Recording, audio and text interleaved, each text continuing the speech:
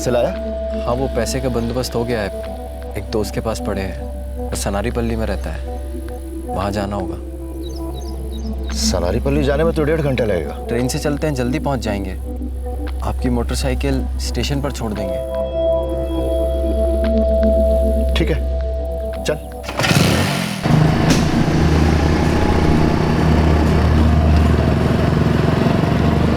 मेरे मोबाइल का बैलेंस खत्म हो गया है। आपका मोबाइल चाहिए था। क्यों? वो दोस्त को फोन करके बोल देता हूँ कि हम लोग पहुँच रहे हैं।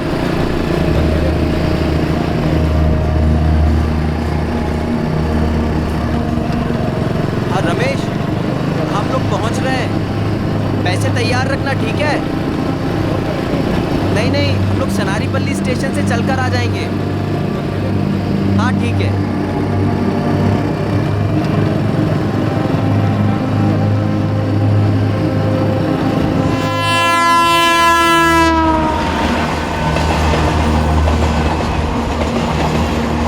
स्टेशन के पास में ही है, 15 मिनट की दूरी पर।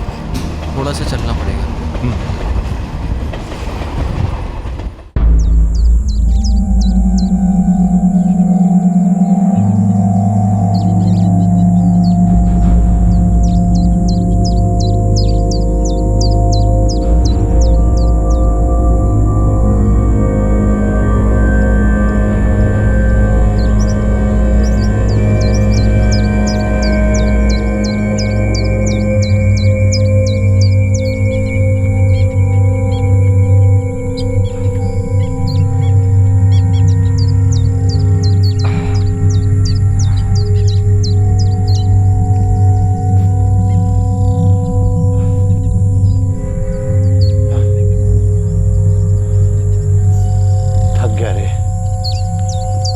कितनी दूर जाना है? बस 5 मिनट और।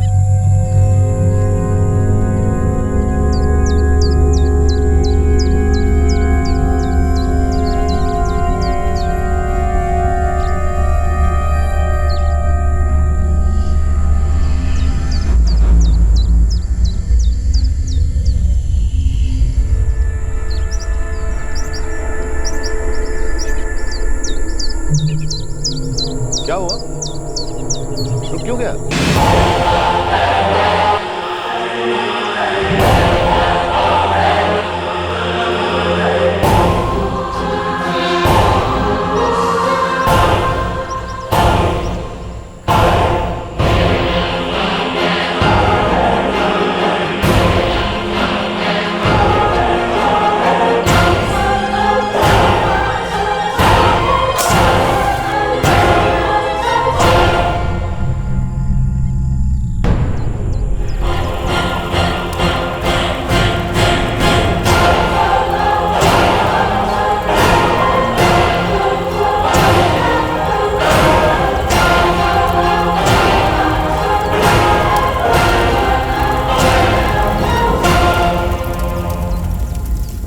घने जंगल में एक कत्ल और फिर बॉडी को जलाने की कोशिश। वजह साफ थी, कातिल नहीं चाहता था कि मरने वाले की पहचान हो पाए। लेकिन क्या मरने के साथ ही उसकी कहानी खत्म हो गई? क्या किसी को इस कहानी के बारे में कुछ पता नहीं चलेगा कि पीड़ित उस आदमी के साथ क्यों गया था, उसका कातिल से रिश्ता क्या था और ये पैसों का क्या मामला था? लेकिन सबसे पहला सवाल यह था कि ये आदमी कौन था जिसको इतनी बेरहमी से मारा गया था, और वो कातिल कौन था? क्या इस केस की कहानी घने जंगल के अंधेरे में दफन होने वाली थी?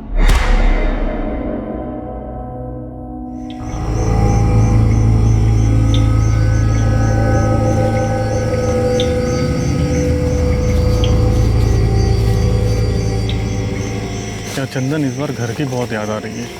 जानता हूँ यार।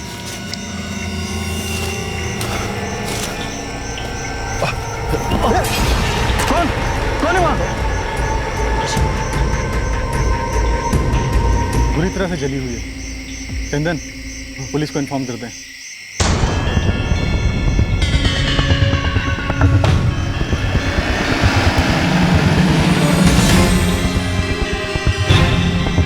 सर, बॉडी तो पूरी तरह जल चुकी है।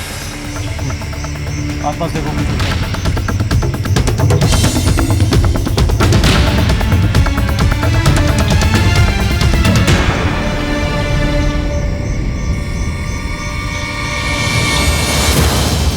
तुम लोग किस एरिया में रेगुलर राउंड लगाते हैं? हाँ सर। इसी रूट पर? नहीं सर, ये जंगल काफ़ी बड़ा है तो हम रूट बदल बदल के राउंड लगाते हैं। लास्ट टाइम इस रूट पर कब आए? लगभग एक हफ्ता हो गया सर। लगभग एक। मतलब पूरे यकीन के साथ नहीं कह सकते कि ये लाश यहाँ पर कब से? सर इतने अंधेरे में कुछ भी मिल पाना बहुत मुश्किल है। ठीक है, सुबह होने का इंतजार।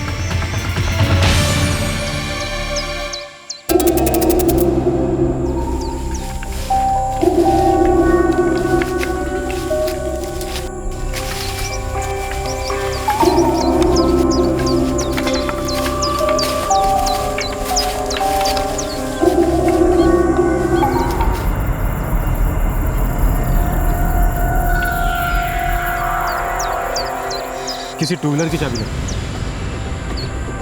सर ये एक पर्स मिला है।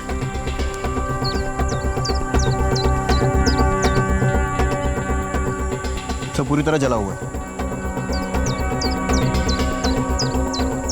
सर कुछ कार्ड जैसा है, बस कुछ अक्षर और नंबर्स लिखे हैं। ये पर्स मरने वाले का है या फिर मारने वाला? देखो।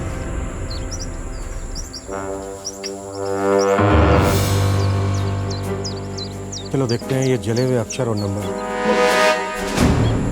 किसका नाम सामने।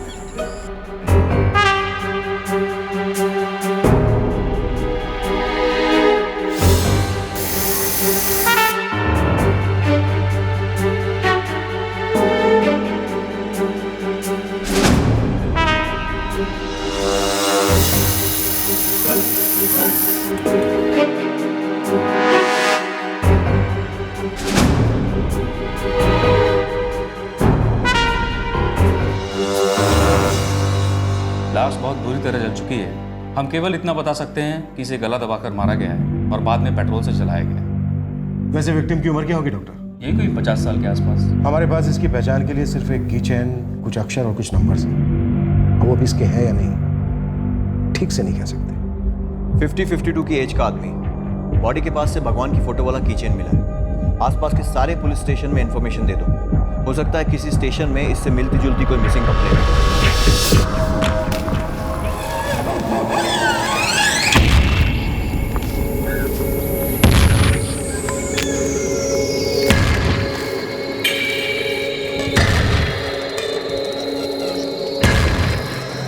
कैसा है तू? ठीक है। सुना है तेरी बीवी नहीं है अभी तक?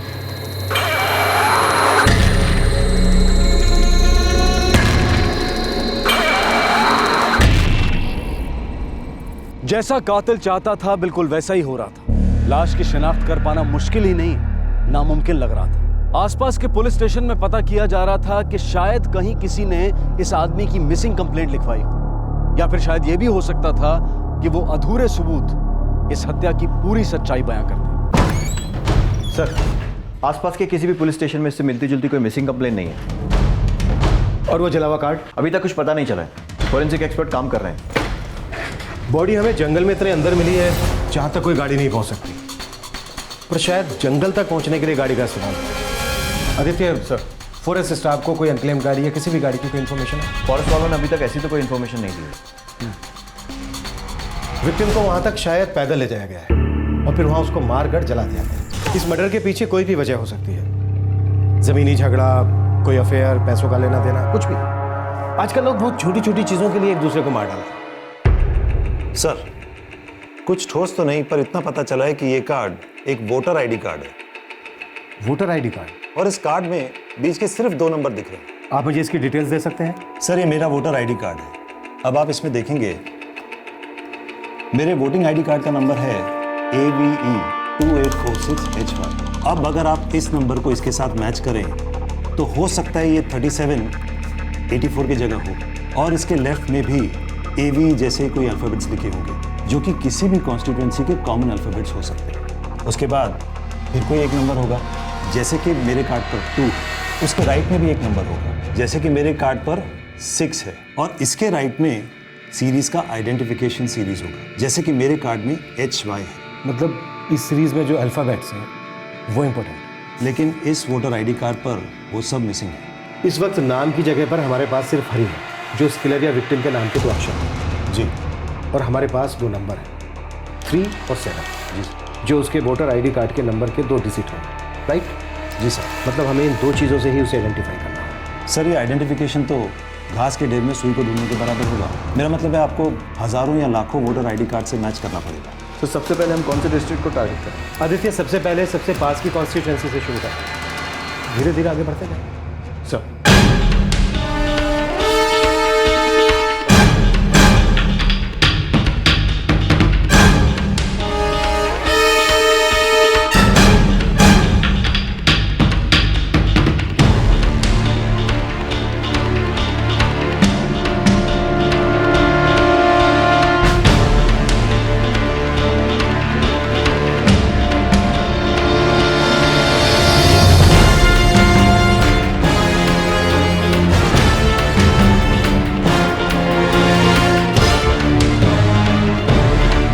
इस आदमी से मिलती हुई कोई कंप्लेन नहीं आई हमारे पास। नहीं सर, उससे कोई भी कंप्लेंट नहीं आई है यहाँ पे।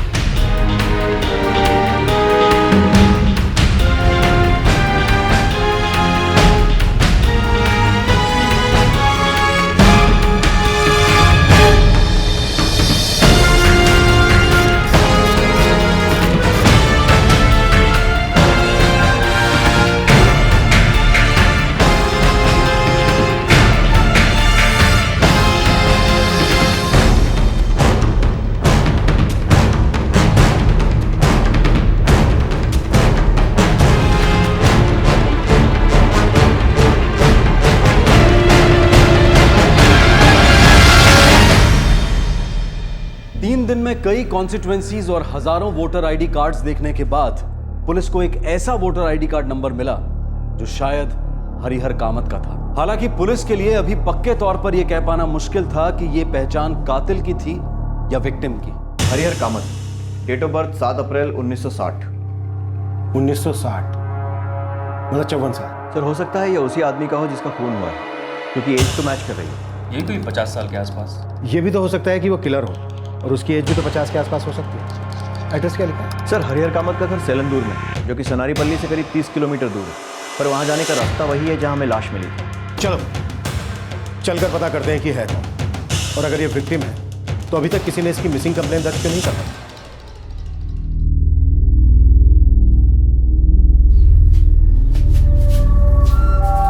सुनिए, ये खाना खाते कहाँ चल दिए?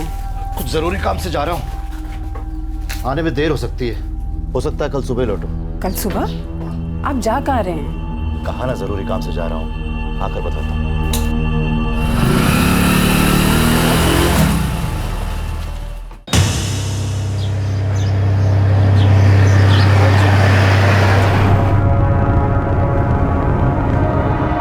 सर ये तो हरिहर अन्ना है, इस गांव के बहुत फेमस आदमी है। पूरा गांव इनका बहुत रिस्पेक्ट करते हैं। करते क्या है? रिश्ता पक्का कराने का काम करते हैं। ये गली के बाजू में ही उनका घर है। सर आप पूछ सकते हो आप इनको क्यों ढूंढ रहे हैं? आजकल में गांव में कहीं देखा नहीं? काफी समय से दिखाई तो नहीं दिए। वैसे भी हमारा रोज मिलना नहीं होता है। ठीक है।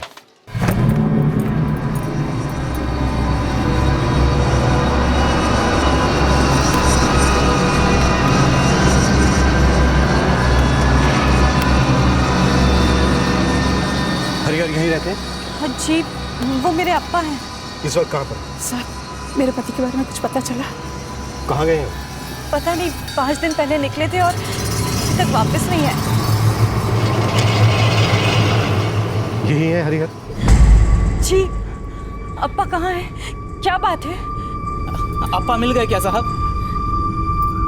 नहीं। तो आप यहाँ क्यों आए हैं और इतने सारे सवाल क्यों पूछ रहे हैं? क्या बात है सर, मैं अभी अभी यहाँ के थाने से आ रहा हूँ, लेकिन उन्होंने अप्पा के बारे में कुछ भी नहीं बताया। आप लोग इसे पहचानते हैं?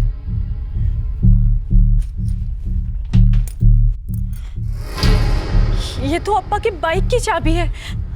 अप्पा कहाँ है? आप लोग को हमारे साथ चलना होगा। चलना होगा? कहाँ चलना होगा साहब? आप बता क्यों नहीं रहे कि बात क्या है?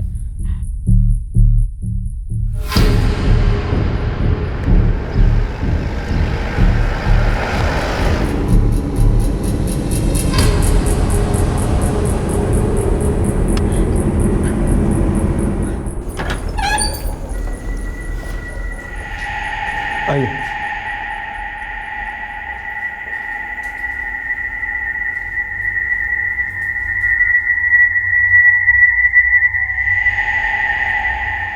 साहब, आप हमें यहाँ क्यों लेकर आए हैं?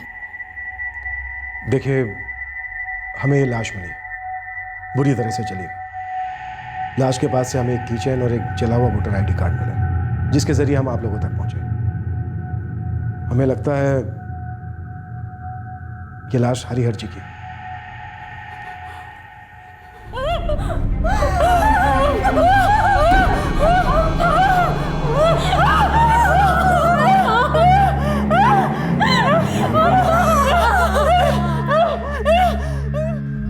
जी सर, ये मेरे ससुर जी ही हैं, हरिहर कामत।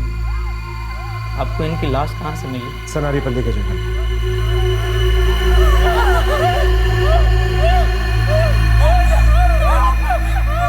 सर, मैं हरिहर जी की छोटी बेटी कमला का पति हूँ। यहीं पास ही गांव में रहता हूँ।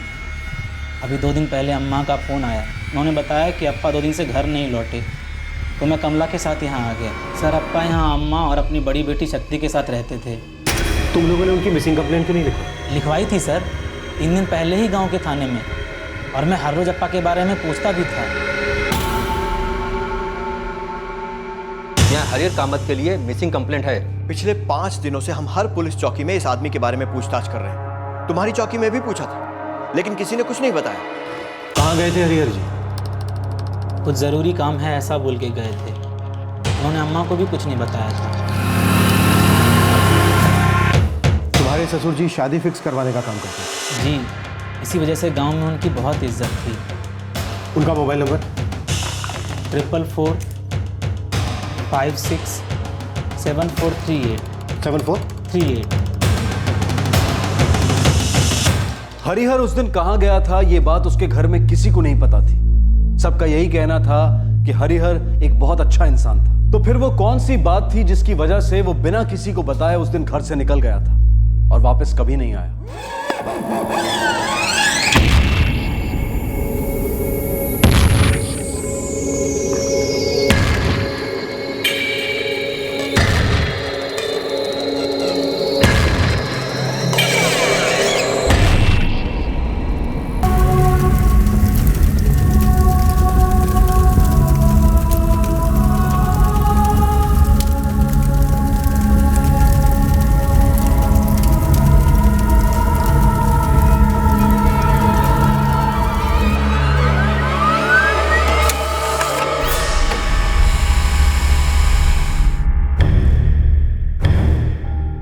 हरिहर का फोन सेलंदूर में ही बंद हो गया था। और ये फोन रिकॉर्ड्स क्या कहते हैं? सर, उस दिन उसे 2 कॉल आए थे। ये पहला वाला नंबर सेलंदूर के एक पीसीओ का है। मुझे कुछ याद नहीं आ रहा है। करीबन 10:30 बजे। नहीं साहब, कुछ याद नहीं आ रहा है। कुछ याद आए तो हमें खबर करो। ठीक है साहब। ये कॉल सुबह 10:30 बजे आया था। हरिहर जी अपने घर से करीब 2 बजे निकले थे, दोपहर के खाने के बाद, और दूसरा कॉल उन्हें 2:15 बजे आया।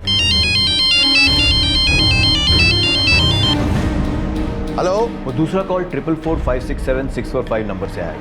ये नंबर सूर्य प्रकाश पिल्लई का है, वो भी सेलंदूर में ही रहता है। कौन है सूर्य प्रकाश पिल्लई?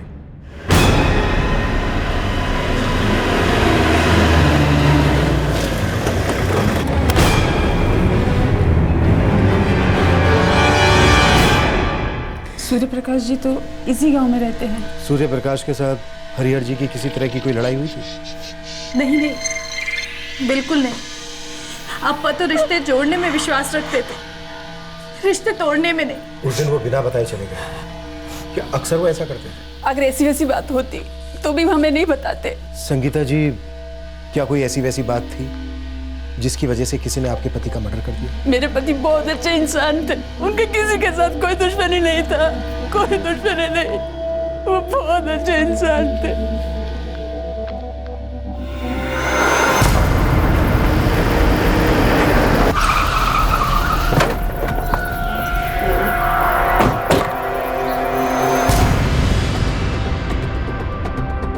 सूर्य प्रकाश।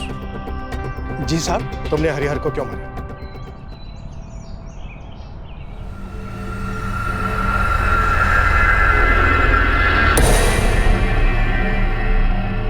ये क्या बात कर रहे हैं साहब आप? मैं हरिहर राणा को क्यों मारूंगा? ये आप ही हमें बता दीजिए। साहब, वो मेरे अच्छे दोस्त थे। तो फिर आपने दुश्मनी क्यों निभाई? आप मुझ पर इल्जाम क्यों लगा रहे हैं साहब? क्योंकि जिस दिन उनका मर्डर हुआ उस दिन दोपहर को लगभग 2:15 बजे आपने उन्हें आखिरी बार फोन किया था या नहीं? मैंने उन्हें फ़ोन किया था। क्या बात हुई थी फोन की? वो सर, मैंने अपनी बेटी योगिता के बारे में बात की थी। सूर्या, मैं पूरी कोशिश कर रहा हूँ। जितनी जल्दी हो सके मैं योगिता के लिए अच्छे से अच्छा लड़का ढूंढ कर निकालूंगा। मैं बहुत परेशान हूँ। योगिता की शादी जल्दी से जल्दी करवाना चाहता हूँ। मैं जल्दी ही कुछ करता हूँ।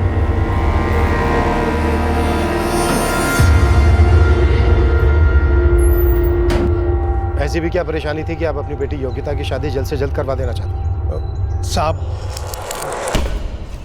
वो रमन। ये रमन कौन है? छोटी जात का है। लेकिन इस रमन का योगिता से क्या लेना था? उसने मेरी बेटी योगिता को अपने जाल में फंसा लिया था।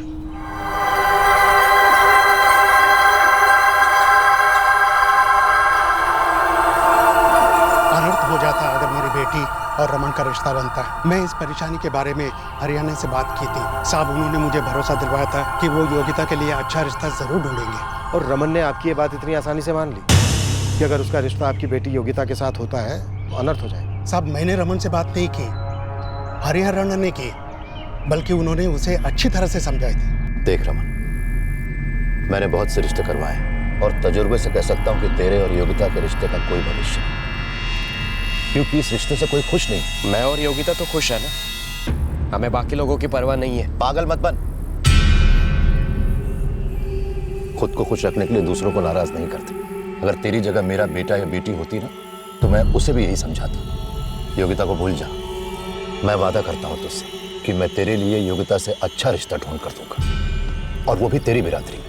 हरिहरन ने योगिता को भी समझाया था और वो समझ भी गई, लेकिन मैं योगिता की शादी जल्दी से जल्दी करवाना चाहता। इसीलिए ये बात करने के लिए मैंने उस दिन उन्हें फ़ोन किया था। साहब, तुम्हें क्या लगता है ये जो लड़का है रमन, ये हरिहर को मरवा सकता है?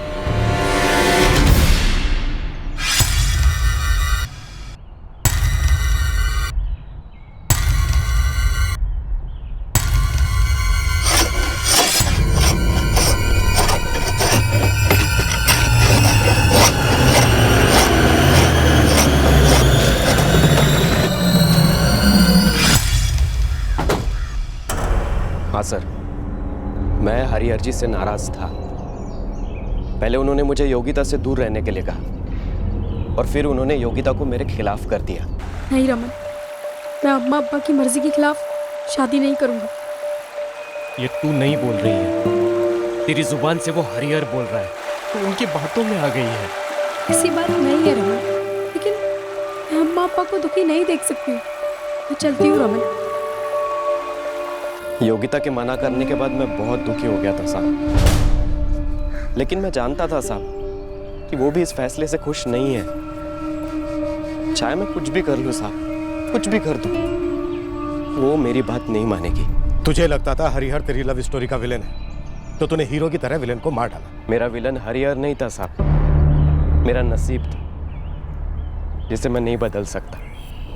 ना ही मैं छोटी जात में पैदा होता और ना ही ये सब नाटक होता। इसमें हरिहर जी की कोई गलती नहीं थी साहब, और अगर मैं उन्हें मार भी देता ना साहब तो भी योगिता मेरी नहीं होती।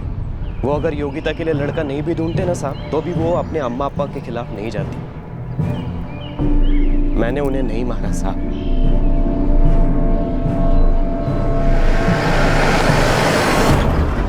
रमन के अलावा किसी और की भी दुश्मनी हो सकती है हरिहर के साथ? हाँ सर, जिस बेरहमी से उसे मारा और फिर जलाया गया है, लगता है कोई हरिहर से बेहद नफरत करता था। मुझे लगता है किसी ने नफरत निकालने के लिए प्यार का सहारा लिया। आदित्य, तुम एक काम करो, ये हरिहर से जो भी कोई प्यार करता है उसकी फैमिली में उन सबका कच्चा चिट्ठा निकालो। हर आदमी कह रहा है कि हरिहर बहुत अच्छा इंसान है, तो हो सकता है उसकी फैमिली में किसी के लिए उतना अच्छा ना हो।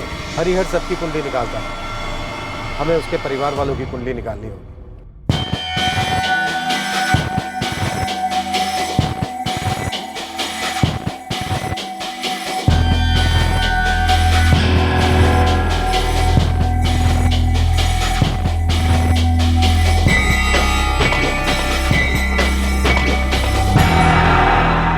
मुझे काम पे वापस जाना होगा।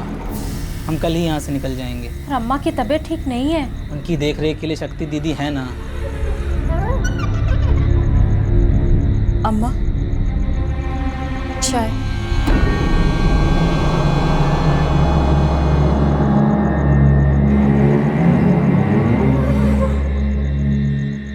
तुमने कब से कुछ नहीं खाया, कम से कम चाय तो पी लो।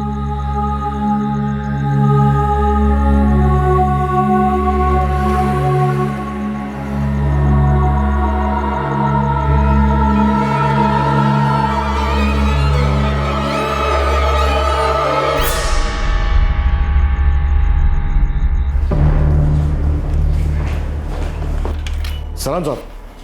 बैठ गोविंद, चल शुरू हो जाए। साहब हरिहर के घर वालों की कुंडली निकाल ली। क्या मिला? साहब वो हरिहर की बीवी संगीता एकदम घरेलू औरत, क्या बोलते हैं, दोष नहीं। आगे बोल। छोटी बेटी कमला और उसका पति राजन, 3 साल पहले शादी हुई थी। इनको एक बच्चा भी है। फिलहाल बच्चा राजन के माँ के पास में। राजन एकदम सीधा आदमी। तो फिर टेढ़ा कौन है? वही मैं पता करने जा रहा था कि मेरे मन में एक सवाल आया। गोविंद, तेरे दिमाग में क्या सवाल आया? ये कि हरिहर पूरे गांव में रिश्ता जोड़ने का काम करते थे, फिर उनकी बड़ी बेटी का रिश्ता उन्होंने क्यों नहीं करवाया? वो अब तक घर पे क्यों बैठी हुई?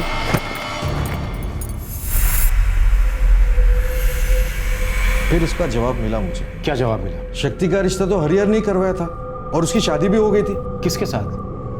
फिर उसकी बेटी अपने मैके में क्यों रह रही थी? साहब बड़ी बात ये नहीं है कि वो मैके में क्यों रह रही है, बड़ी बात ये है कि उसका पति ससुर के क्रियाक्रम के टाइम पर भी नहीं आया। अब चाहे तो रामदास जी से पूछ सकते हैं। कहाँ था उसका पति और क्यों नहीं आया? झगड़ा हुआ है साहब। किस बात को लेकर झगड़ा हुआ? साहब ये तो अंदर की बात है, या तो शक्ति बता सकती है या उसके घर वाले। लेकिन एक बात पक्की है। क्या? शक्ति और मंगेश के बीच में बिल्कुल भी नहीं जमती थी।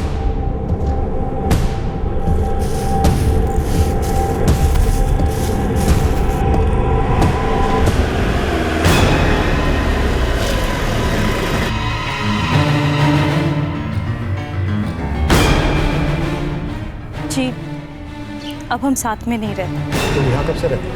6 महीने से। तुम्हारा पति मंगेश तुम्हारे अप्पा के क्रियाक्रम में नहीं आया, क्यों? मुझे नहीं पता। रहता कहाँ? बेलघाटुन गाँव। शक्ति, वो सोच समझ के जवाब देना। क्या तुम्हारा पति मंगेश तुम्हारे अप्पा की जान ले सकता है?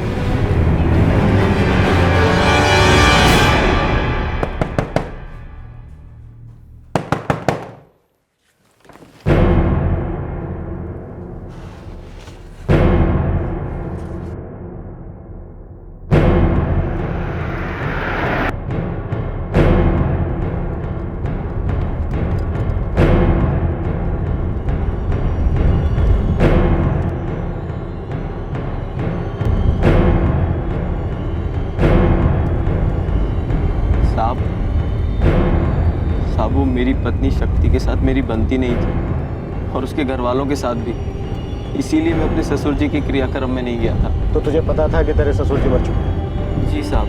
कैसे? वो एक पहचान वाले ने बताया था। किसने? मेरे दोस्त ने साहब। नाम क्या दोस्त?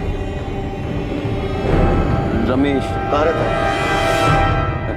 सेलंदूर में रहता है। उसका मोबाइल नंबर? नंबर नहीं है साहब मेरे पास। तो उसने तुझे कैसे बताया? मिला था साहब वो मुझसे। कहाँ मिला था?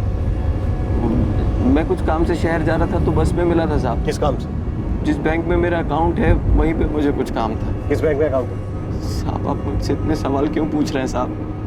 मैंने अपने ससुर जी को नहीं मारा है।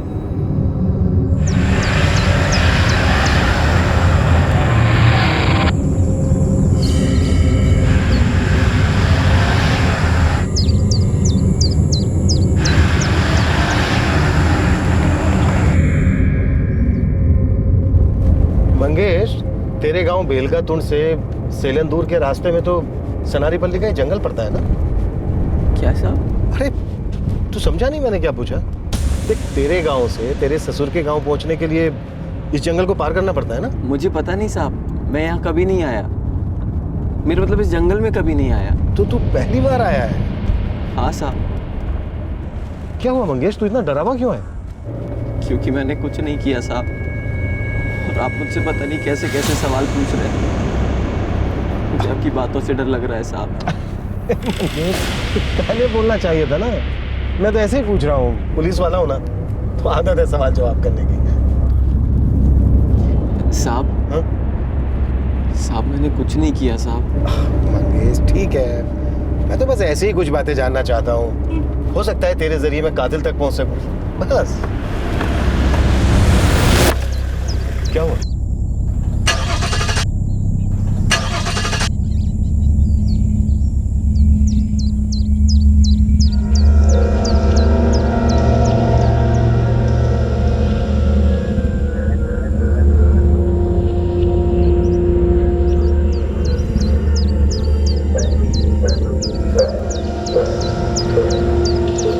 मंगेश, चला जा, घूम के आते हैं। नहीं साहब, मैं अंदर ही ठीक हूँ। गाड़ी ठीक होने में टाइम लगेगा, डर मत।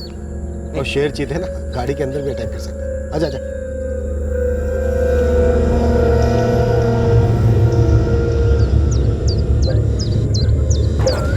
मंगेश, तुझे पता है तेरे ससुर जी की लाश भी ना हमें इसी जंगल में मिली। वहाँ थोड़ा सा आगे। सर, डीजल खत्म हो गया। डीजल को भी अभी खत्म हो रहा था। पेट्रोल पंप तक भी नहीं जा पाएगी क्या? पेट्रोल पंप यहीं है पास में। क्यों मंगेश? हाँ साहब, यहीं पर है, थोड़ा सा आगे। मैंने कहा था ना पेट्रोल पंप यहीं है पास में। नहीं साहब, मेरा मतलब था यहीं पर होना चाहिए, हर रास्ते पर ही तो होता है। मुझे पक्का नहीं पता, लेकिन हो सकता है यहीं पर हो। गाड़ी में इतना डीजल है मंगेश कि 2 चक्कर पुलिस स्टेशन के लगा के आ सकते हैं। और तेरे खिलाफ इतने सारे सबूत हैं हमारे पास ये साबित करने के लिए कि तूने ही अपने ससुर का इस जंगल में मर्डर किया है और मर्डर करने के बाद में जला दिया है। ये आदमी था? जी साहब, ये तो वही आदमी है। उस दिन सुबह इसने यहाँ से फोन किया था।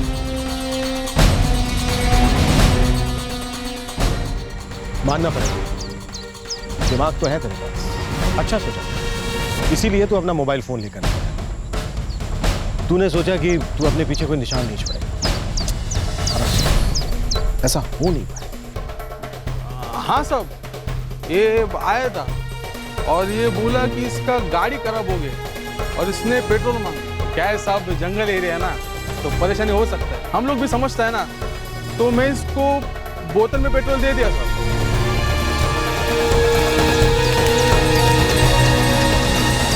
इंसान कितनी भी कोशिश कर ले सबूत मिटाने की, लेकिन कुछ ना कुछ छूट ही जाता है। हरिहर की मोटरसाइकिल कहाँ छोड़ी तूने? सेलंदूर रेलवे स्टेशन पर। तो तू यहाँ तक कैसे पहुंचा? ट्रेन से। ऐसा कौन सा जाल बिछाया था तूने जिसमें हरिहर फंस गया?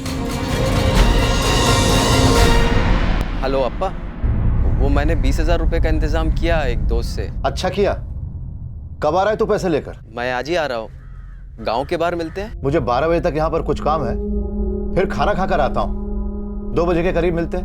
अप्पा, वो घर पर किसी को कुछ ना बताए, मैं शक्ति को खुद बताना चाहता हूँ। जब मैं उसे लेने आऊंगा तो वो कितनी खुश होगी ना। ठीक है, ठीक है, मैं किसी को कुछ नहीं बताऊंगा।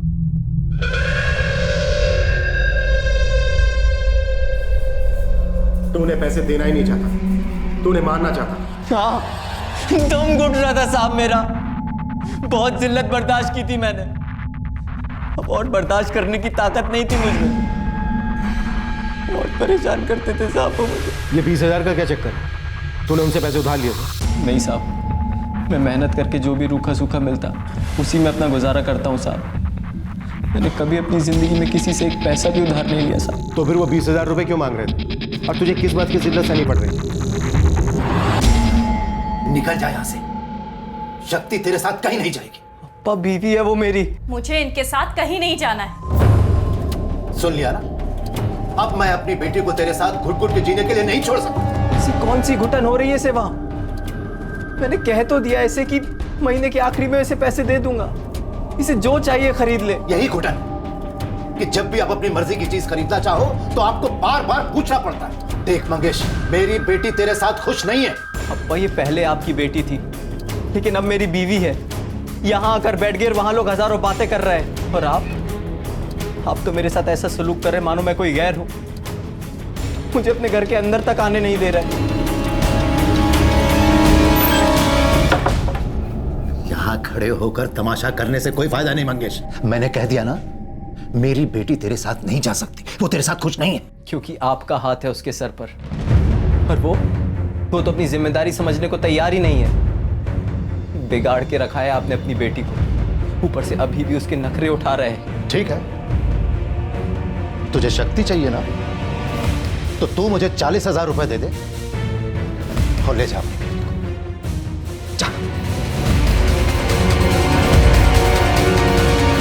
हरिहर अपनी बेटी यानी तेरी बीवी को तेरे घर वापस भेजने के बदले 40,000 रुपए मांग रहे थे।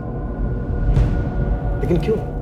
और जब वो तेरे पास आना ही नहीं चाहती थी तो तू उसके पीछे क्यों पड़ा था? क्योंकि उन्होंने मुझे बहुत बेइज्जत किया था साहब। उनकी वजह से मुझे सबके ताने सुनने पड़ते थे। शक्ति के अप्पा और मेरे अप्पा बहुत पुराने दोस्त थे। हमारी शादी को 4 साल हो गए, लेकिन हमें बच्चा नहीं हो रहा था। लेकिन इसके लिए मैंने शक्ति को कभी कोई दोष नहीं दिया। मैं उसका पूरा ख्याल रखता था। फिर उसने बातें बनाना शुरू कर दी। क्यों? आखिर क्यों? देखो शक्ति, हम कितनी बार तो कोशिश कर चुके हैं, कुछ नहीं हो रहा है। लोग बातें बना रहे हैं। तुम्हारी छोटी बहन कमला को 2 साल पहले बच्चा हो गया। हमारी शादी को 4 साल हो चुके हैं। सब समझती हूँ मैं। तुम इस बात का दोष भी मेरे सर डालना चाहते हो। अरे मैं तुम्हारे सर पर कोई दोष नहीं डाल रहा। तो फिर डॉक्टर के पास जाने के लिए क्यों बोल रहे हो? अरे मैं सिर्फ तुम्हें जाने के लिए नहीं बोल रहा हूँ। मैं चाहता हूँ हम दोनों डॉक्टर से जांच करवा लें। हो सकता है डॉक्टर की मदद से कुछ हो जाए। और अगर डॉक्टर ने कहा कि कमी मेरे अंदर है तो? तुम ऐसे क्यों सोच रही हो? हम डॉक्टर के पास अपनी समस्या का समाधान ढूंढने जा रहे हैं, ना कि एक दूसरे पर दोष लगाने। सब समझती हूँ मैं। तुम कमी मेरे अंदर निकालना चाहते हो ताकि तुम सबको चिल्ला चिल्ला के कह सको कि हमारा बच्चा मेरी वजह से नहीं हो पा रहा है। मैं तुम्हारे साथ कहीं नहीं जा रही। शक्ति तैयार नहीं हुई और बार बार झगड़ा करके किसी न किसी बहाने से उसने अपने अम्मा अप्पा के घर जाना शुरू कर दिया। और उसके घर वाले उसे मेरे पास वापस नहीं भेजते थे। मैं पूरी दुनिया के सामने एक मजाक बन के रह गया था साहब। सुना है तेरी बीवी नहीं है अभी तक? पहले तो लोग मेरे पीठ पीछे बातें बनाते थे, फिर उन्होंने मेरे मुंह पर मुझे बेइज्जत करना शुरू कर दिया। कहते थे कि मेरे अंदर कोई खोट है, इसलिए मैं बाप नहीं बन पा रहा और इसीलिए मेरी बीवी मुझे छोड़कर चली गई। मैं शक्ति और अप्पा के सामने भीख मांगता रहा। वो लोग मुझे बार बार जलील करते। निकल जाओ यहाँ से। मुझसे बहुत बड़ी गलती हो गई जो मैंने अपनी बेटी की शादी तुमसे करवाई। अब जाओ यहाँ से। शक्ति अपने घर चलो, मैं तुम्हें लेने आया हूँ। शक्ति। और फिर उन्होंने शक्ति को मेरे साथ भेजने के लिए मुझसे 40,000 रुपये मांगे। वो जानते थे कि पूरा गांव मेरा मजाक उड़ा रहा है और मैं कितनी जिल्लत सह रहा हूँ। लेकिन शक्ति को समझाने के बजाय उन्होंने मुझे और जलील किया। वो मुझसे मेरी ही बीवी के बदले पैसे मांग रहे थे और मेरी बीवी, उसे इन सब में मजा आ रहा था। मैं तंग आ गया था साहब। मेरा उन्हें पैसा देने का कोई इरादा नहीं था और वो कॉल भी मैंने झूठा किया था। हम लोग पहुंच रहे हैं, पैसे तैयार रखना, ठीक है? मैं सिर्फ उनसे उनका मोबाइल लेना चाहता था और फिर मैंने वो मोबाइल बंद कर दिया।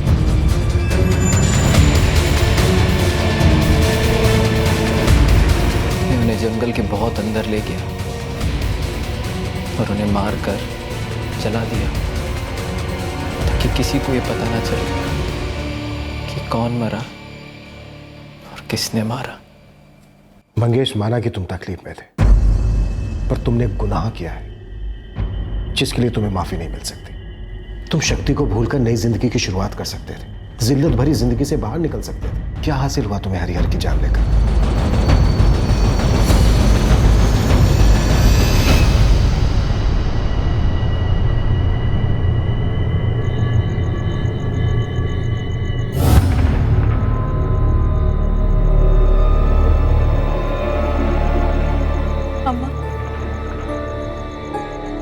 अम्मा, मुझे नहीं पता था कि मैंने मंगेश से पैसे मांगे।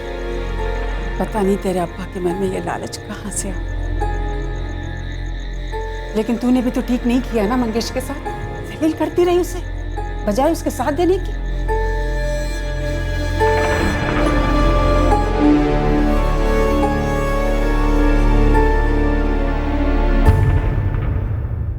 मंगेश को आईपीसी की धारा 302 के तहत हत्या के लिए और धारा 201 के तहत सबूत मिटाने के लिए अरेस्ट किया गया है। फिलहाल वो जुडिशियल कस्टडी में है। ऐसे बहुत से मामले सामने आते हैं जिसमें अपराध करने के बाद अपराधी सबूत मिटाने की पूरी कोशिश करता है, लेकिन फिर भी वो पुलिस के शिकंजे में आ ही जाता है। Crime never pays. अपराध कभी नहीं छुपता। अपराधी लाख कोशिश कर ले लेकिन वो बच नहीं सकता। जिल्लत, दुख, दर्द, इस सब का बस एक ही इलाज है। जिस चीज से प्रॉब्लम हो उसे पीछे छोड़कर आगे बढ़ जाना। गुस्से में किया गया फैसला अक्सर उल्टा ही पड़ता है। अगर ठंडे दिमाग से सोचा जाए तो हर मसले का हल हो सकता है, लेकिन किसी को जान से मारना, यह किसी मसले का हल नहीं हो सकता। अगर किसी शादीशुदा जोड़े को बच्चा ना हो पाए तो उसके दर्द को समझा जा सकता है, लेकिन लोगों की फिजूल बातों को दिल से लगाकर अपने आप को चोट पहुंचाने का कोई फायदा नहीं, क्योंकि लाख कोशिशों के बावजूद भी लोगों के मुंह नहीं बंद किए जा सकते। जो लोग किसी का भला नहीं सोच सकते, ऐसे लोगों की बातों की परवाह क्यों करना। कोई भी रिश्ता हो वो दिल से बनाया जाता है। अगर कोई रिश्ता ना निभाना चाहे तो जबरदस्ती किस बात की, फिर चाहे वो पति पत्नी का ही क्यों ना हो। सिर्फ शादी कर लेना जिंदगी भर की खुशी और साथ की गारंटी नहीं होती। एक तरफा प्यार हमेशा दर्द देता है। इससे तो अच्छा है कि ऐसे रिश्ते को तोड़कर आगे बढ़ जाए। इससे दर्द तो होगा, लेकिन उस रिश्ते में बंधे रहने के दर्द के मुकाबले वो बहुत कम होगा। जरूरत है कि जिंदगी की तरफ फिर से हाथ बढ़ाएं, खुशियों का दामन थामने के लिए। आपसे फिर मुलाकात होगी क्राइम पेट्रोल सतर्क में एक और नए केस के साथ। तब तक अपना ख्याल रखें, सुरक्षित रहें और याद रखें, गलत बहुत ही अहम कड़ी इन्वेस्टिगेशन से छूट गई थी।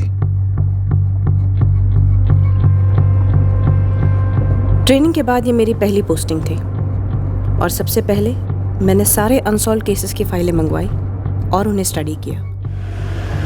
इन केसेस में से ये एक केस था जो मुझे लगा दोबारा जांच होनी चाहिए इसमें।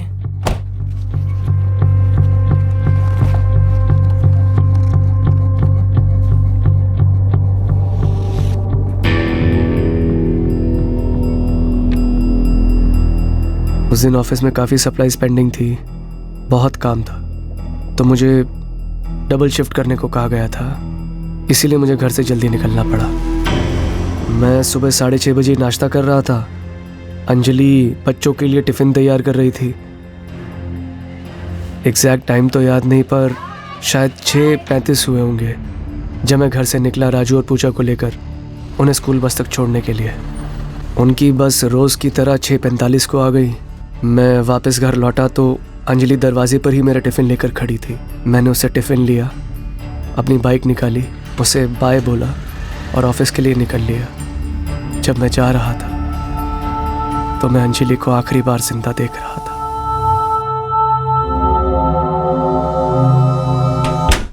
मैं घर पर खाना बना रही थी, कुछ 12:45 हुआ होगा जब अचानक मैंने राजू और पूजा की चिल्लाने की आवाजें सुनी। शांति आंटी, शांति आंटी, शांति आंटी, शांति आंटी, शांति आंटी। राजू, पूजा, क्या हुआ? मम्मी जमीन पर पड़ी आंटी, बहुत खून भी निकल रहा है आंटी। मैं तुरंत उनके साथ उनके घर गई। दोनों बच्चे बुरी तरह से हिले हुए थे। बच्चों ने कहा काफी खून बह रहा था। मैं घबराते हुए घर में दाखिल हुई। बच्चों ने बताया था कि जब वो स्कूल से लौटे घर का दरवाजा पहले से खुला था। उन्होंने कहा कि रोज की तरह वो अंदर गए और अपनी माँ को ऐसे जमीन पर पड़ा देखा। मम्मा देखो, मैंने आज राजू भैया को फिर से हरा दिया रेस में। मम्मी,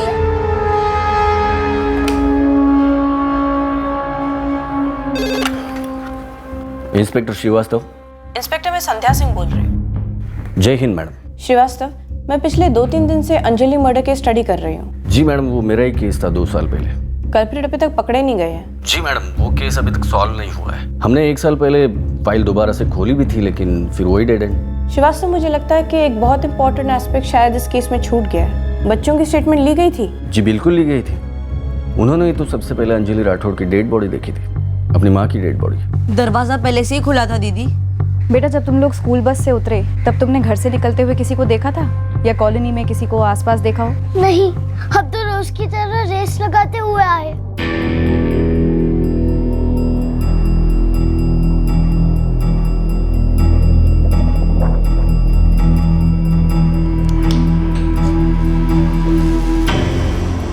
निखिल, जरा इन्हें पहनो और देखो घर में से क्या क्या गायब हुआ है। काफी कुछ चोरी हुआ दिख रहा है।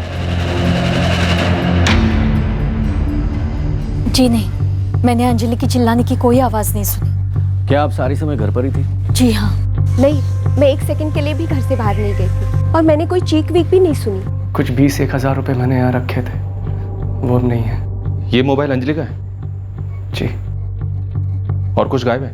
मंगलसूत्र, अंगूठी, झुमके। अंजलि की बॉडी पर कोई भी गहने नहीं थे। सुबह घर पे कोई आने वाला था क्या?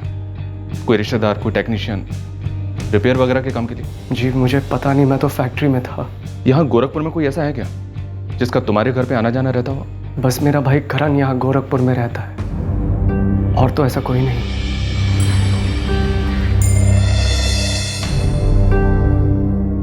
भैया, ये सब कैसे? पता नहीं कैसे हो गया ये सब। सुबह सुबह अंजलि से मिलके निकला था और अब मम्मी पापा को फोन किया भैया? निकले कुशीनगर से। गला काटे जाने के अलावा पेट में 3 बार स्टैबिंग हुई है। स्टैबिंग किसे हुई होगी? किचन के चाकू से? चाकू था, बट फिलहाल ये कह नहीं सकते कि कौन सा था। पूरा घर तहस नहस कर रख दिया हमलावर ने, लेकिन घर में जबरदस्ती एंट्री नहीं थी। ड्राइंग रूम में सब कुछ बिखरा पड़ा था, लेकिन ऐसा कोई एविडेंस नहीं था कि अंजलि ने हमलावर को पानी या चाय ऑफर की थी। इसलिए थोड़ा डाउट है कि क्या खूनी पहचान वाला था या नहीं। तो फिर बॉडी बेडरूम में कैसे पाई गई थी? और अगर हमलावर अनजान था तो फिर अंजलि के दरवाजा खोलते ही उसे मार डालता, और अगर अजनबी था तो फिर अंदर लाने के बाद उसे बेडरूम में क्यों ले गई? अंजलि का फ़ोन चेक किया सर। ऐसा कोई भी कॉल आया या गया नहीं जो हिंट देता हो कि सुबह कोई आने वाला था। बिना फ़ोन किए आया होगा शायद, और ऐसा लगता नहीं कि कोई राह चलता क्रिमिनल था। घर में घुसा, लूटा, मर्डर किया और भाग निकला। जो भी आया होगा कुछ तो बातें हुई होंगी, जिसके बाद अंजलि बेडरूम में गई होगी और कल्प्रिट ने अटैक किया होगा। अंजलि की बॉडी बेडरूम के दरवाजे के पास पड़ी थी, जमीन पर। मतलब इस बात के पूरे चांसेस हैं कि अटैक बेडरूम में घुसते ही हुआ होगा। एक और बात है, बिस्तर पर कोई सिलवटें नहीं थी। निखिल का कहना है कि रोजमर्रा वाला ही दिन था, डबल शिफ्ट करके अगले दिन घर लौटने वाला था। क्या इसमें कुछ है? डबल शिफ्ट, 24 घंटे के बाद घर लौटना। हम एक बहुत बड़े एक्सपोर्ट ऑर्डर को पूरा करने में काफ़ी पीछे चल रहे थे, इसलिए मैंने अनाउंसमेंट की थी डबल शिफ्ट की 13 अप्रैल को। निखिल राठौड़ के बारे में कुछ बताएंगे? 6 साल से काम कर रहा है, काफ़ी अच्छा वर्कर है, very hard working, dedicated and honest. घर में कोई परेशानी? शादीशुदा जिंदगी में कुछ ठीक ना चल रहा हूँ? पर्सनल लाइफ में मैंने कभी दखल दिया नहीं, लेकिन लंबे अरसे से जब कोई साथ काम करता है, उस आदमी का बेसिक नेचर, उसके घर का माहौल, सबका मोटा मोटा अंदाजा तो लग ही जाता है। लेकिन निखिल की लाइफ में ऐसा कोई टेंशन दिख नहीं रहा था। सर मुझे नहीं पता कौन पहचान वाला आया था या आने वाला था। किसी ने मुझे फ़ोन करके तो नहीं बताया था, और अगर कोई आया भी हो तो वो मारने वाला हो, ये मेरी समझ के बिल्कुल बाहर है सर। कभी कुछ था नहीं? कोई भी अनबन नहीं थी तुम्हारे और अंजलि के बीच? ये कैसा सवाल पूछ रहे हैं आप, वो भी इस वक्त?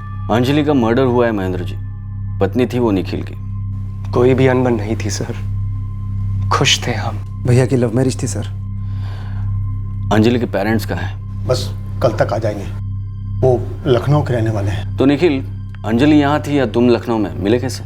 लखनऊ में, मेरे कॉलेज में मेरी जूनियर थी वो। कोई एक कारण होना होता तो क्या होता इस मर्डर का? सर अगर मुझे पता होता तो क्या अब तक चुप रहता? उस घर से कभी बर्तन गिरने की आवाज नहीं आई, ना ही अंजलि कभी बच्चों पर चिल्लाती थी। लेकिन हाँ, सख्त माँ थी। बच्चों पर ना सही पति पर चिल्लाती हूँ, और पति निखिल उस पर। इतने सालों में दोनों के बीच में कोई झगड़ा नहीं। 5 साल से हमने तो नहीं सुना, जब से हम यहाँ रह रहे हैं। सही कह रही है शांति जी, मैं तो 9 साल से हूँ, पूजा मेरे सामने ही पैदा हुई। चलिए वो सब एक तरफ। शांति जी, दिव्या जी, उस दिन अंजलि चिल्लाई ही नहीं, उस पर छुरे से वार हुए थे। हमें भी यही अजीब लग रहा है, कैसे हो सकता है ये? माँ बाप सास ससुर के अलावा कोई और रिश्तेदार घर में आते थे? निखिल का कोई यार दोस्त या अंजलि का कोई दोस्त? ऐसे जासूसों की तरह कौन नजर रखता है मैडम? मैं तो बस दोनों के माँ बाप और भाइयों को आते देखा है। अंजलि के 2 भाई हैं, दोनों उससे छोटे हैं।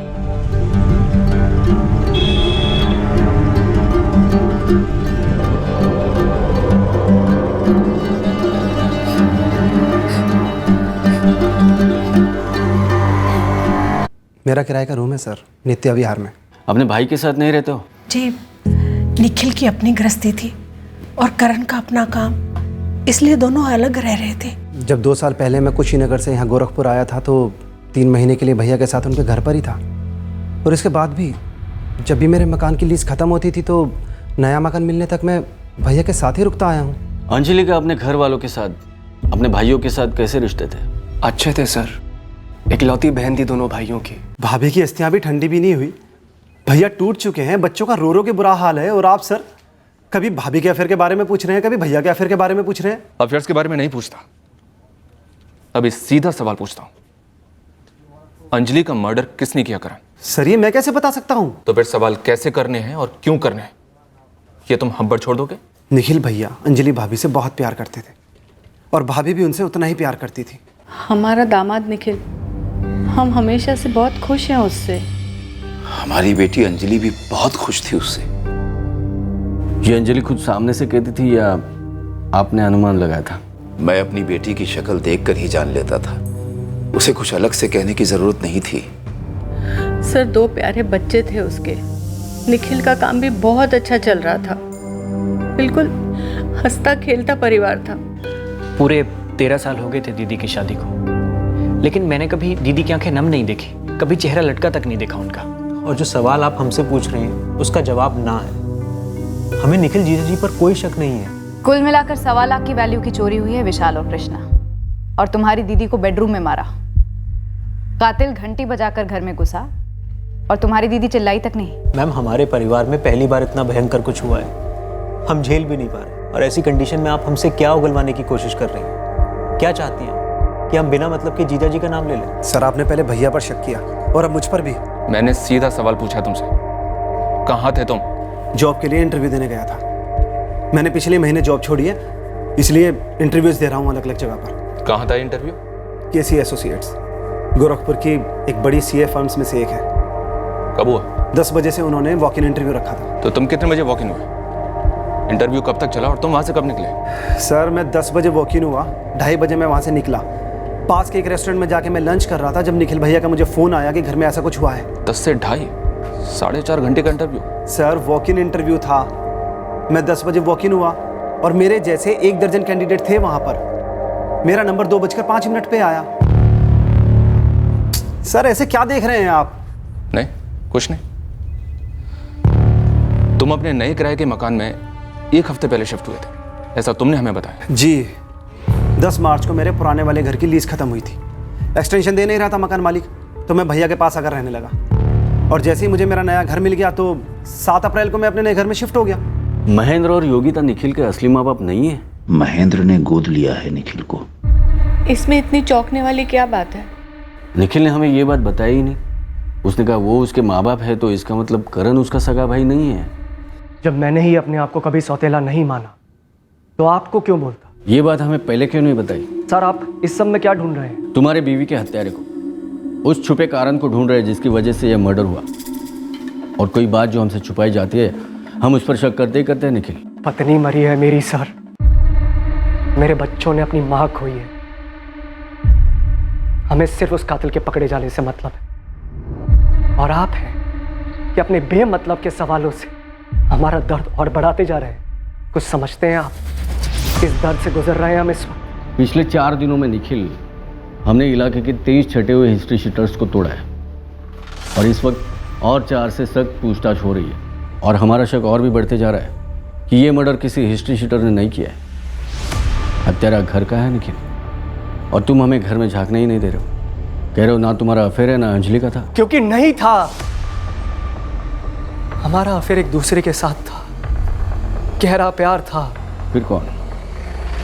ये कौन जो है, ये कोई ऐसा है जिसे अंजलि ने घर में आने दिया, पर उस पर अंजलि को रत्ती भर का भी शक नहीं था कि वो उस पर जानलेवा हमला करेगा। भरोसा था उस पर जो उसने तोड़ा। निखिल ने हमें सामने से नहीं बताया कि महेंद्र और योगिता उसके माँ बाप नहीं, बल्कि उसे गोद लिया गया था, और करण उसका सगा भाई नहीं था। ये बात हमें खटक रही थी। हमने करण के बारे में भी छानबीन की।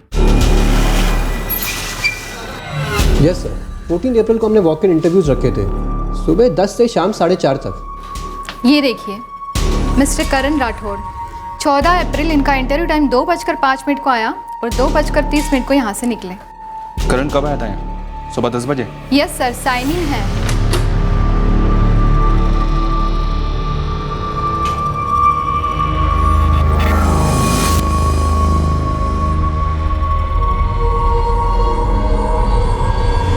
सर ये उसकी भाभी के मर्डर का मामला है, राइट? राइट। दरअसल करण सेलेक्ट हुआ इस जॉब के लिए। उसने मुझसे रिक्वेस्ट की कि उसे 1 हफ्ते का टाइम चाहिए। इंटरव्यू के दौरान उसका बिहेवियर कैसा था? Nervous, disturbed? नहीं सर, अगर ऐसा होता तो मुझे सेलेक्ट ही नहीं करते। इनफैक्ट करण ने पूरे कॉन्फिडेंस के साथ जवाब दिए थे, और सही जवाब दिए थे। फैमिली ने हमसे एक और बहुत बड़ी बात छुपाई थी, एक अनबन जो लखनऊ में छुपी बैठी थी। अंजलि के सबसे छोटे भाई कृष्णा को आ रहे हाथों लीजिए साहब, सारे रिपोर्ट्स निकलवाइए। जमीन का माजरा है इनके बीच। पर क्या कृष्णा ने अंजलि को मरवाया? ये तो पता नहीं साहब, लेकिन लखनऊ का हमका एक पड़ोसी बोला कि अंजलि कृष्णा के रास्ते में आ रही थी। कृष्णा एक बिजनेस शुरू करना चाह रहा था उनके एक जमीन को बेचकर। अब ये बहुत हो रहा है, अब आप हमारी फैमिली में कातिल ढूंढ रहे हैं। मेरा सवाल सिर्फ ये है कि अंजलि और कृष्णा के बीच जमीन को लेकर कोई रंजिश थी? मेहरबानी करके रंजिश वंजिश की बात मत कीजिए। हाँ, एक मुद्दे को लेकर मतभेद था। और ये मतभेद मेरे और कृष्णा के बीच भी था। मैं भी जमीन बेचने के खिलाफ था। अरे दीदी, पापा भी अग्री है। मैं आपका और विशाल का एक पैसा टच नहीं करूंगा। आपका हिस्सा आपका ही होगा। कृष्णा, तुम समझ नहीं रहे हो मेरी बात। मुझे शक नहीं है कि तुम हमारा हिस्सा हमें नहीं दोगे। मेरी आपत्ति सिर्फ जमीन अभी बेचने से। वही तो मैं भी कह रहा हूँ। और 1 साल में हमारी जमीन की कीमत क्या हो जाएगी? पर मेरे बिजनेस का मौका तो अभी है ना। एक बार हाथ से गया तो अगले साल नहीं आएगा, और अगले साल तो दूर की बात फिर कभी नहीं आएगा। तो क्या करें?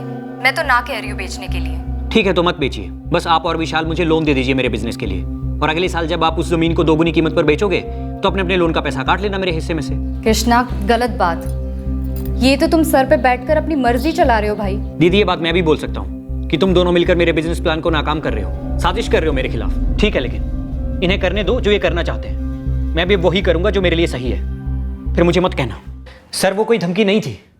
मेरा मतलब था मार्केट से लोन उठाना ज्यादा इंटरेस्ट पर, लेकिन मैं कोई मर्डर वर्डर की नहीं सोच रहा था। ये तो तुम अब कह रहे हो, जबकि तुम्हारी दीदी का मर्डर हो चुका है। सर, मेरी अपनी दीदी थी, अपनी दीदी।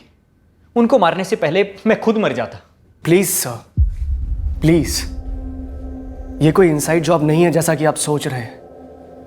मैं जानता हूं कि आप लोगों को फ्रस्ट्रेशन के कातिल नहीं मिल पा रहा, मगर इसका मतलब ये तो नहीं होगा ना कि उसकी फ्रस्ट्रेशन आप मेरे फैमिली मेंबर्स पे निकालेंगे। कृष्णा थोड़ा गर्म दिमाग का है, लेकिन मैं अपने भाई को बहुत अच्छी तरह जानता हूं सर। मुझसे ज्यादा लाड तो अंजलि ने किया है कृष्णा को, सबसे छोटा जो है। और सर, आपको यह भी बता दूं कि मेरी दीदी खुद मेरे लिए लोन का इंतजाम कर रही थी। और वैसे भी विशाल भी तो जमीन बेचने के खिलाफ था ना, तो इसका मतलब अगला नंबर उसका होता। ऐसा होना भी कोई नई बात नहीं है। सर, आप कातिल ढूंढ रहे हैं या बकरा?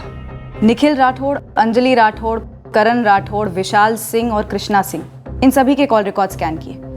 कोई भी कॉल नहीं है इनके कॉल रिकॉर्ड्स में जिस पर शक किया जा सके। और दोनों परिवारों में से भी कोई किसी पर शक नहीं कर रहा है। क्या हम लोग इनसाइड जॉब पर कुछ ज्यादा ही फोकस कर रहे हैं? हो सकता है ये कोई रैंडम क्रिमिनल था। तो फिर उसके भी कोई सुराग होने चाहिए।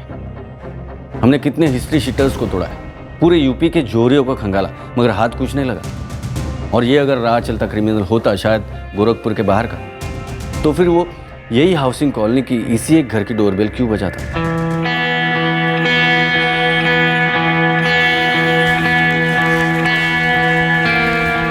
ये आदमी हिस्ट्री शीटर था या सुपारी उठाने वाला किलर, या फिर एक बनाया हुआ एंगल, एक सोची समझी चाल, या सचमुच एक सरफिरा और इस केस का मुख्य आरोपी? ये मनीष यादव है। निखिल ने ये बात भी हमसे छुपाई थी। हम इन्वेस्टिगेशन के डेड एंड पर पहुंच चुके थे, 3 हफ्ते हो चुके थे, तब हमारे एक खबरी ने यह एंगल ढूंढ निकाला। निखिल, मनीष यादव के बारे में कुछ नहीं बताओगे? मनीष यादव? नहीं जानते। झड़प हुई थी तुम्हारी उसके साथ? ओ हाँ हाँ, मनीष यादव। वो कैसे छूट गया मेरे दिमाग से।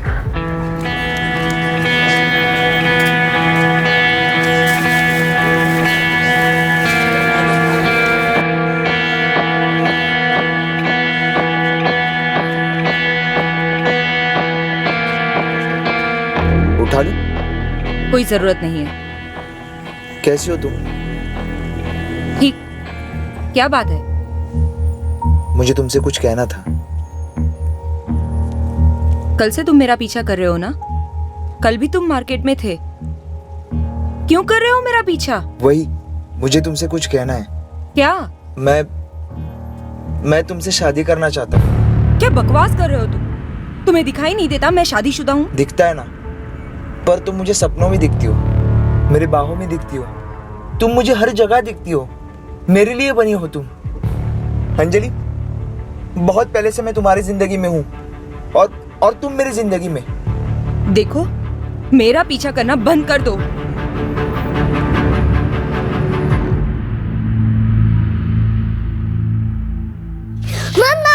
मम्मा देखो मैंने ड्राइंग बनाई, कैसी है?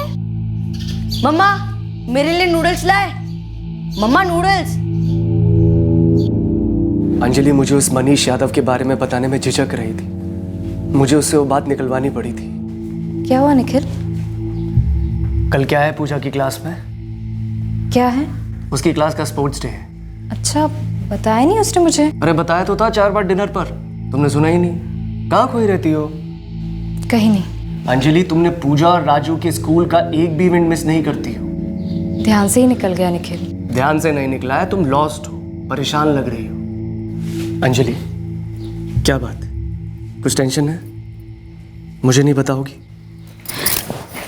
निखिल, इस उम्र में अगर कोई तुमसे वाहियात बात करे तो कैसा लगेगा?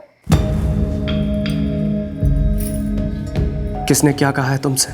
तुम्हें लगेगा कि कहीं तुम्हें कोई खोट तो नहीं है, तुमने कुछ गलत कहा तो नहीं, गलत पहना तो नहीं। अरे पर हुआ क्या है?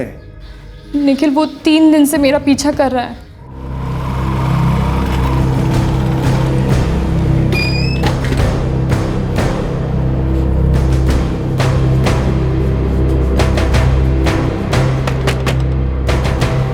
मनीष यादव यहीं रहता है? आप बुलाओ उसे। अरे पीछा करेगा। अरे पहले बताओ मुझे क्या हुआ, इधर पुलिस को फोन कर दूंगा। फोन कर पुलिस को। जिंदगी भर के लिए जेल में होना चाहिए। अंजलि जिंदगी भर मेरे दिल में रहने वाली है। अंजलि मेरी पत्नी है और ये आदमी उसके पीछे पड़ा है। मनीष, क्या कह रहा है ये? यार अंजलि मुझे बहुत पसंद है। तू पागल हो गया है क्या? शादी कोई पत्थर की लकीर नहीं है, साली जेल है जेल, जिसमें लोग कैद हो जाते हैं, जैसे कि मेरी अंजलि। चल, बकवास कर रहा। अरे जब तक इंसान को उसका सही पार्टनर नहीं मिल पाता ना, तब तक वो शादी के गलत बंधन में घुट घुट कर मर जाता है। ये आदमी पागल है। अभी फोन करता हूँ पुलिस को। एक चांस दो भैया, प्लीज एक चांस। मैं इसे समझाता हूँ, प्लीज। मैं आपके आगे हाथ जोड़ता हूँ, आप पुलिस को मत बुलाइए। अगर अगली बार मेरी बीवी के आसपास भी दिखा ना तो पुलिस को नहीं बुलाऊंगा, खुद मार डालूंगा इसे। पर सर, ये तो 2 महीने पुरानी बात है, उसके बाद से तो कभी कुछ नहीं हुआ। हुआ नहीं या अंजलि ने तुमसे कुछ कहा नहीं? सर, अगर कुछ हुआ होता तो वो मुझे जरूर बताती। काश तुमने भी हमसे शुरुआत में ही कहा होता। मनीष को भाग जाने का इतना वक्त नहीं मिलता। मनीष यादव की बात छुपाई गई थी या ये बात छूट गई थी, इस बारे में भी हमें डाउट था। मनीष को हमने पटना में ढूंढ निकाला, यहाँ कुछ अलग ही कहानी थी। मनीष यादव 14 अप्रैल को अंजलि का मर्डर करके 16 तारीख को गोरखपुर से हवा हो गया। सर जब अंजलि रही नहीं तो मैं वहां रहकर क्या करता सर? छीन लिया अंजलि को मुझसे उस निखिल राठौर ने। ए साइको लवर, यहाँ मैं अपने पे उतरा ना तो खोल के रख दूंगा तुझे। सर उससे अच्छा मुझे मार ही दो ना। जिसके प्यार का मर्डर हो गया वो जीकर भी क्या करेगा सर? अगर सच्चे आशिकी पर उसके माशूका का मर्डर का इल्जाम लगे तो वो जीते जी मर जाएगा ना सर। हमारा मिलना लिखित था, सब लिखित था, जैसे लिखा था वैसे ही हुआ सर। भैया वो 4 पैकेट्स वेफर्स के दे दीजिए। सॉरी बहन जी, वो आखिरी के 4 पैकेट बचे हुए थे, किसी और ने ले लिए। बस 10 मिनट में मंगा के देता हूँ। नहीं भैया, उतना टाइम नहीं है मेरे पास, किसी और दुकान में भी नहीं मिल रहा है। आप रहने दीजिए। मैम ये मैंने खरीदी है, लेकिन आप लीजिए, मैं बाद में खरीद लूँगा। सच में? जी लीजिए। Thank you so much. दरअसल ये मेरे बच्चों के लिए है, उनको क्लास से पिक करना है ना, लेट हो रही हूँ। लिखित था, सब ऊपर से लिखित था, हम इस तरह मिलेंगे। उसकी वो स्माइल, उसकी वो खुशी। पहले मुलाकात के बाद नियति ने हमारी दूसरी मुलाकात भी करवा दी, वो भी तुरंत। ऑटो रिक्शा का इंतजार कर रही थी। अरे क्या हुआ, ऑटो नहीं मिल रही है क्या? जी आपने कहा था आपके बच्चों को क्लास से पिकअप करना है। हाँ जी, लेट हो रही हूँ मैं। कोई बात नहीं, मैं छोड़ देता हूँ। अरे नहीं, आप इस तरफ जा रहे हैं, बच्चों की क्लास उस तरफ है। नहीं मैम, मुझे लेट नहीं हो रहा है, आप बैठिए ना, मैं छोड़ देता हूँ।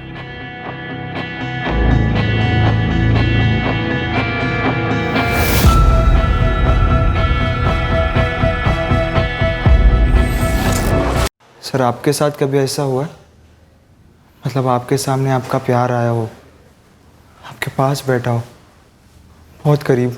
हाँ हुआ ना, अभी हुआ, जब तू हाथ लगा और मर्डर केस क्लोज करने का टाइम आ गया। साले साइको, फिर तूने उसका घर पता किया, रोज टॉक करता रहा, प्रपोज किया उसको, ये जानते हुए भी कि वो शादीशुदा है। सर मैंने उसके पति को भी कहा, आपको भी कहता हूँ, जब तक जिसको अपना तय हुआ जीवन साथी नहीं मिलता तब तक वो गलत बंधन में बंधा रहता है।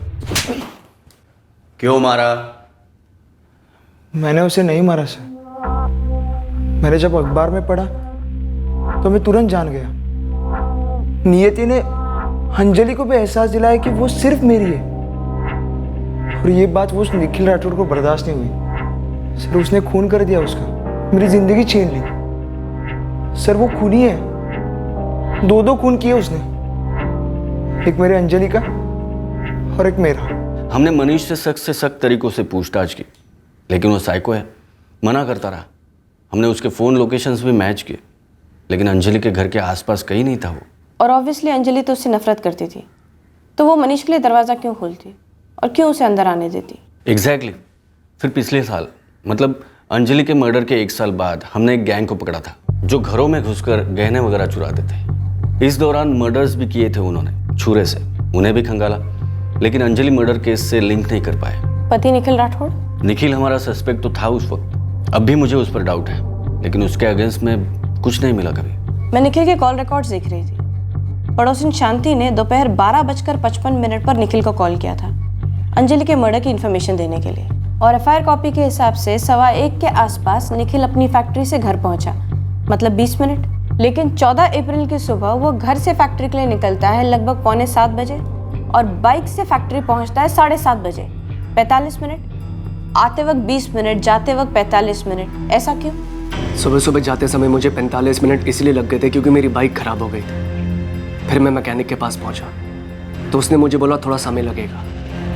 फिर मैंने ऑटो का वेट किया। काफ़ी देर वेट करने के बाद मुझे ऑटो मिला और मैं फैक्ट्री पहुंचा।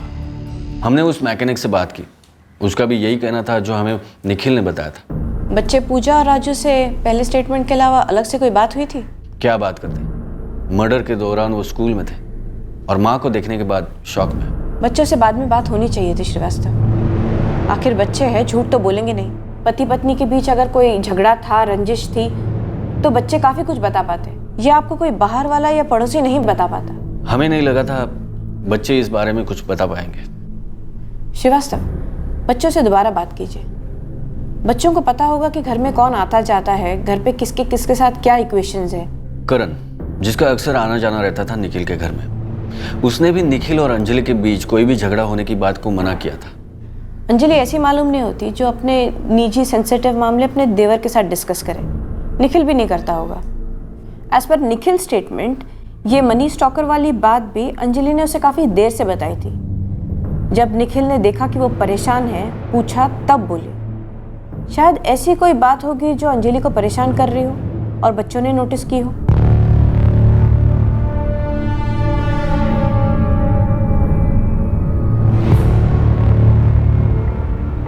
ये 2 साल राजू और पूजा के लिए बड़े मुश्किल निकले हैं।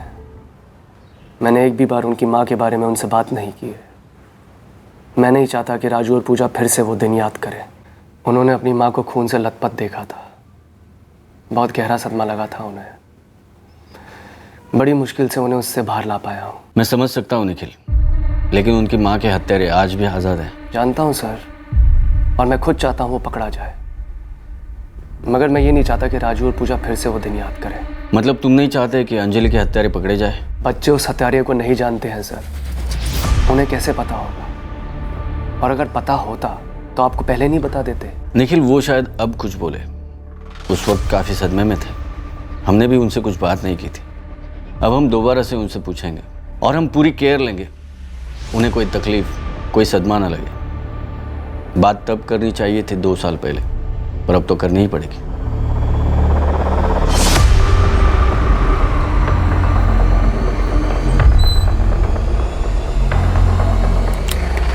हमने ये प्रयोग बड़ी सावधानी से किया। हमारी टीम मेंबर तृप्ति पूजा और राजू की दोस्त बन गई।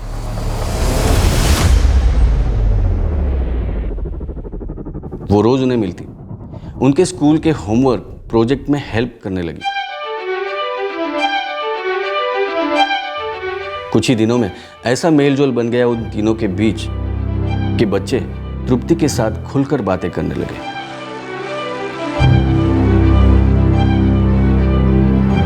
उस पर भरोसा करने लगे और अपने दिल की बातें भी बताने लगे। राजू अपनी क्लास में किसी लड़की को लाइक करता है, उसकी बर्थडे पर उसे केक देना चाहता है। अब मैं कोशिश में हूँ कि मैं किस तरह उसकी मदद करूँ। तृप्ति, अब मुद्दे पर आने का वक्त आ गया है। तृप्ति, मुश्किल तो होगा, पर क्या करें, करना तो पड़ेगा, और जल्दी। हमें पता करना होगा कि क्या वो ऐसा कुछ जानते हैं जो हमें हत्यारे तक पहुंचा सके। जी सर। तुमने निखिल में कोई बात नोटिस की? कोई हड़बड़ाहट, डर, कुछ भी? एक्चुअली नहीं सर। अगली मीटिंग में पूछ लो बच्चों से कि क्या उनके माँ बाप के बीच में कोई टेंशन थी। हमें नहीं पता था कि मर्डर के 2 साल बाद हम ये जो कोशिश कर रहे थे इसका कोई ठोस फायदा होने वाला था या नहीं।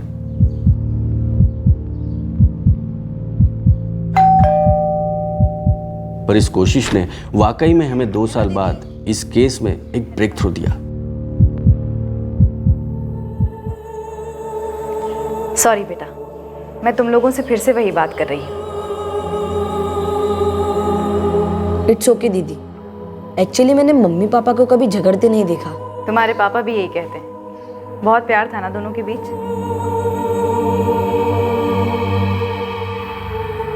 लेकिन एक बार ना दीदी, मैंने मम्मी को रोते हुए देखा था रात को।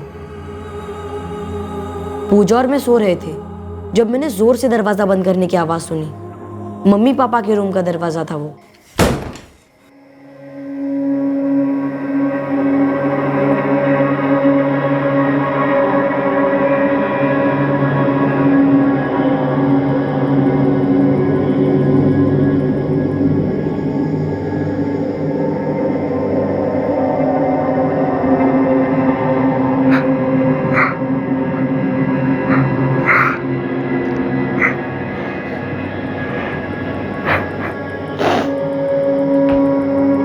मम्मी, क्या हुआ?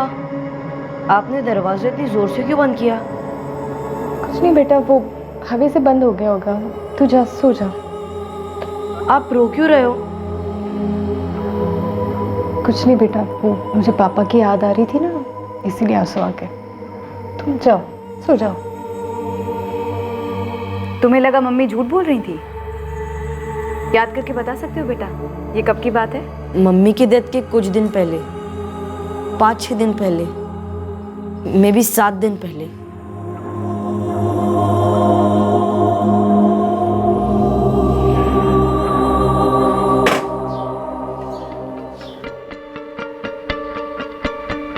क्या हुआ राजू? एक और बात कहनी थी दीदी, जो मैं पूजा के सामने नहीं बोलना चाहता था। कौन सी बात? उस रात पापा घर पर नहीं थे। तो तुम्हारी मम्मी क्यों रो रही थी बेटा? पता नहीं दीदी, लेकिन ये तब हुआ जब करण चाचा अपने नए घर गए नहीं थे। तो उस रात करण चाचा घर पर थे? जी दीदी, जैसे ही मैं मम्मी के कमरे से अपने कमरे में लौट रहा था तो मैंने करण चाचा को देखा हॉल में। वो वहीं सोते थे।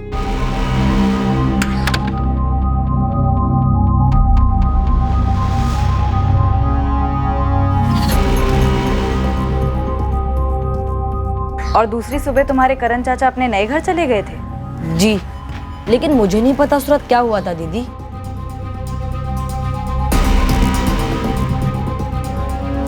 मैडम, आपने बिल्कुल सही लीड दी। क्या कहा बच्चों ने? आपने कल्प्रिट को पकड़ लिया? जी हाँ, 2 साल पहले उसे पकड़ लेना चाहिए था।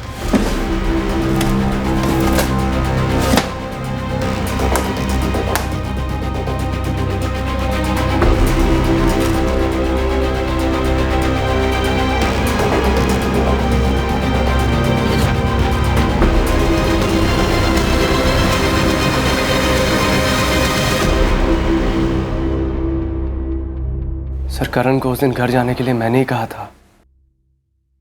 क्यों? क्योंकि अंजलि ने मुझे कहा था उसे कहने के लिए। क्यों? क्या बात है? वहाँ करण ने पैसे भी भर रखे हैं, ज़ाया जा रहे हैं। तुरंत पोजीशन लेनी चाहिए। आज ही लेने कहो। अरे पर आज ही क्यों? उसका अपना फ्लैट है, आराम से वहाँ सोए। यहाँ हमारे घर में ड्राइंग रूम में उसे सोना पड़ता है। आप बोलिए ना उसे आज ही के आज शिफ्ट हो जाए। सर, मुझे लगा कि एक और मेंबर होने की वजह से शायद घर में खर्चा बढ़ रहा था, काम बढ़ रहा था, इसलिए अंजलि मुझे जोर दे रही थी। और मैं घर में कोई बखेड़ा खड़ा करना नहीं चाहता था, इसलिए मैंने करण को बोला तुम शिफ्ट हो जाओ। पर सर, अब ये क्या बोल रहे हैं? करण मेरे सगे भाई से बढ़कर है। अंजलि उसकी भाभी थी, उसका इतना लाड प्यार करती थी वो। ये गलत है सर ये? नहीं निखिल, करण के घर की तलाशी में हमें अंजलि के गहने मिले हैं। करण ने ही अंजलि का मर्डर किया है।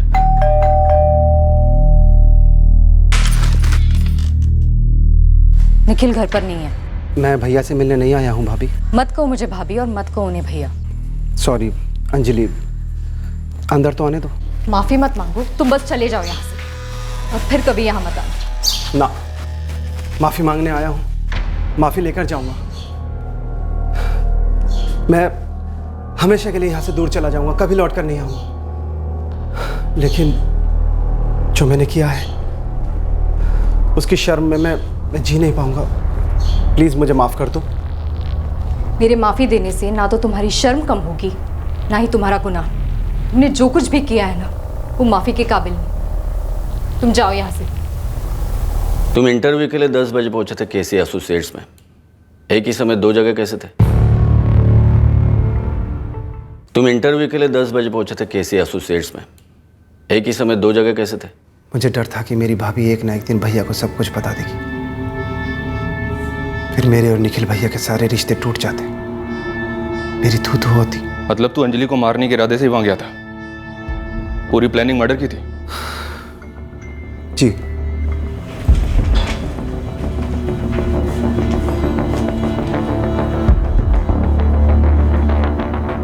मैंने एक्स्ट्रा कपड़े और छुरा अपने साथ ले लिया था। मैंने अपना मोबाइल फ़ोन केसी एसोसिएट्स के ऑफिस में छुपा दिया था। मैं एक्स्ट्रा कपड़े अपने साथ लेकर गया था क्योंकि मुझे पता था उस पर ब्लड लगेगा। उसे बदलकर मैं केसी एसोसिएट से निकला। मुझे पता था वॉक इन इंटरव्यू है, मैं 4:30 बजे तक कभी भी लौट सकता था।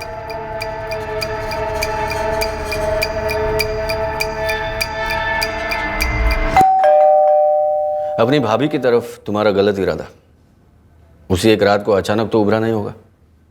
पहले भी कोशिशें की होगी तुमने। जवाब दो करण। मैं वो क्या मैं क्या तुम उस मौके का इंतजार कर रहे थे कि कब तुम्हारा भाई काम से बाहर होगा, घर पर नहीं होगा, ताकि तुम कुछ कर सको?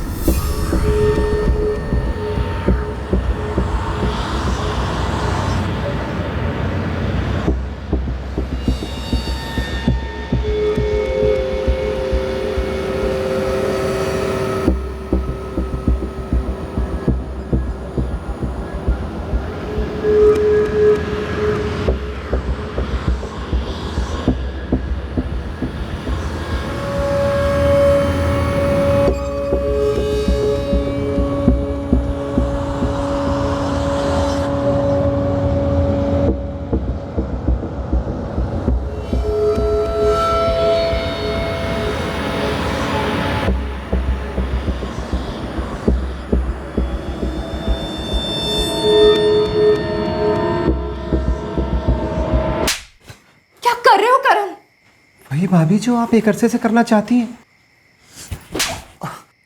निकलो यहां से, अभी के अभी निकलो यहां से।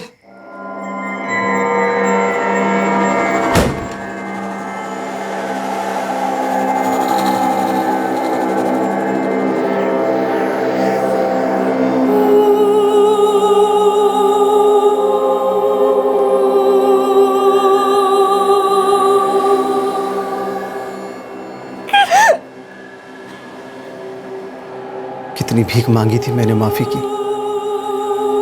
मानता हूं कि मैंने लाइन क्रॉस की थी, लेकिन मैं ये नहीं चाहता था कि किसी को भी इस बात का पता लगे।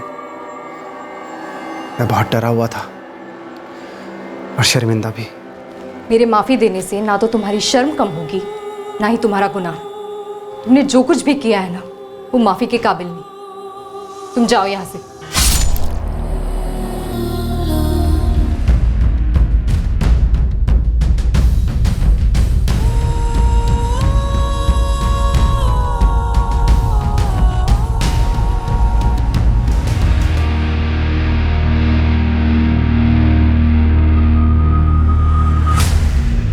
फिर मैं वहां से इंटरव्यू के लिए लौटा लगभग 1:30 बजे। और पूरे कॉन्फिडेंस से इंटरव्यू दिया, जॉब मिल भी गई। इतना शांत दिमाग कैसे आदमी हो तुम?